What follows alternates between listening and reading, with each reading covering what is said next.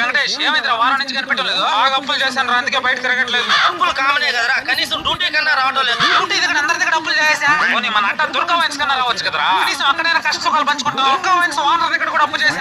నీ girl friend అన్నా మాట్లాడుతున్నావా? దాని దగ్గర కూడా అప్పు చేసామా. అప్పు తీర్చలేదని బ్రేకప్ అన్నది. కనీసం నాకైనా ఫోన్ చేయాల్సింది కదరా. అప్పు తీర్చలేదని ఆడెవడో ఫోన్ కూడా లాక్కెళ్ళాడు.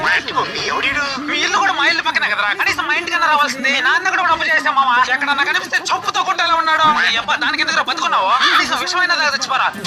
ఒక 200 అప్పి విషయం దాకా చచ్చిపోతా. ఇన్ని అప్పులు చేసి ఏం చేసావురా నీ అబ్బా? కష్టపడి గేములు ఆడాను మామ, మొత్తం లాస్ అయిపోయి అప్పులు పాలైపోయా.